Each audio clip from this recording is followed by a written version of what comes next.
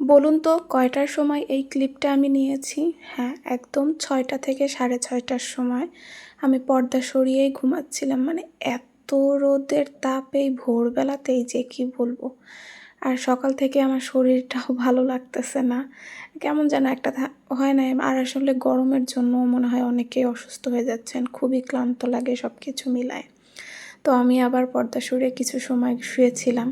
তারপরে স্টুডেন্ট আসলো পড়ায় এসে আমি কিচ্ছু করিনি। আমি আবার ঘুমিয়েছি এবং সকালে খাইওনি কিছু না। ঘুম ভেঙে গেছে। আমি বসে রুমে শুয়ে ফোন টিপছি, এটা করছি, দরজাও খুলি নাই, কিছুই না। ওভাবেই ছিলাম।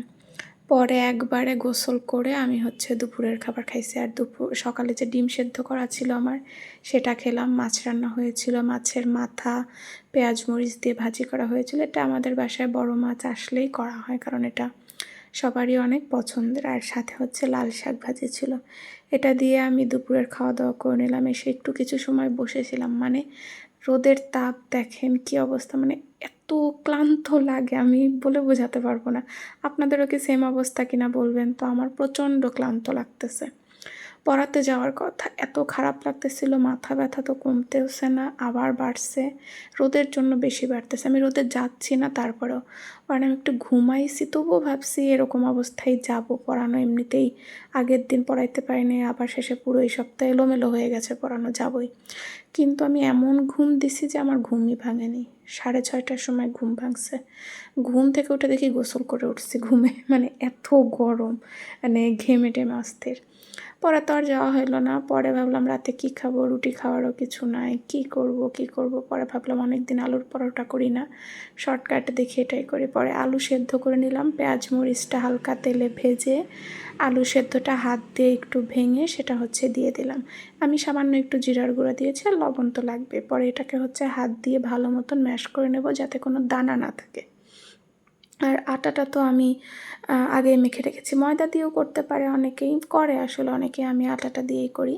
আটাটা আমি একটু তেল লবণ দিয়ে ভালো করে মেখে আধা ঘন্টারও বেশি, মনে হয় 1 ঘন্টা মতন রেখে দিয়েছিলাম। তারপরে আমি এই যে বেশি করে আলুর পুর দিচ্ছি। আমি পুরটা ভরে নিচ্ছি। এটা আর কি বলবো আমি দেখানোর, আর এমন না যে রেসিপি দিচ্ছি, এটা কেউ পারে না, ইউনিক একটা রেসিপি, এটা সবাই পারে আমার মনে হয়। তো আমি করে নিচ্ছিলাম, এই আর কি। তো বলবেন আপনাদের দিনকাল কেমন যাচ্ছে। আজকে দিনই বোধহয় আমি বলি নাই এত সময়ে, না?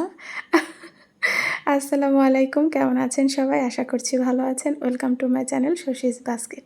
দিনটি ছিল সোমবার, 8ই সেপ্টেম্বর 2025। দেখেছেন আজকে আমি কত সময় পরে যেয়ে দিন তারিখ সালাম দিলাম, আমার মনেই নেই আসলে। ভুলে গেছি এই তারিখে আপনাদের সোমবারে কীরকম। অনেকেই দেখলাম পোস্ট করেছে যে বৃষ্টি হচ্ছে। আমাদের এদিকে বৃষ্টির তো নামগন্ধ নেই, প্রচণ্ড রোদ। আর এই যে আমি রুটিগুলো পরোটাগুলো বেলেও নিচ্ছি, একটু মোটা মোটা করেই তো আলুর পরোটা বেলতে হয়। তো পরে আমি ব্রাশ দিয়ে, যে এর আগেও বলেছি, ব্রাশ দিয়ে আমি তেল দিচ্ছিলাম। তো আজকে আমার মনে পড়লো, আজ লাস্টের 1টা না 2টা ভিডিওতে আমি রান্না করতে যে চাঁদ দেখেছিলাম, সেটার একটু ভিডিও ক্লিপ নিয়েছিলাম।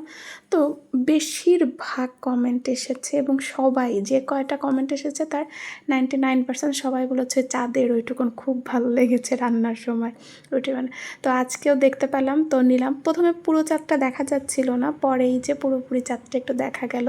গাছের আড়ালে ছিল তো তখন, এই জন্য পরে সেটা আমি আবার একটু ক্লিপ নিলাম। তারপরে আমার তো পরোটা বানানো শেষ। তারপরে যে খাওয়ার 2 রকম সস দিয়ে, সুইট চিলি সস আর টমেটো সস। টমেটো সসটা আমার বাসায় বানানো, সেটা দিয়ে রাতের খাবার শেষ করে নিলাম। এই তো ছিল আজকের ভিডিও। কেমন লাগলো জানাবেন। আল্লাহ হাফেজ।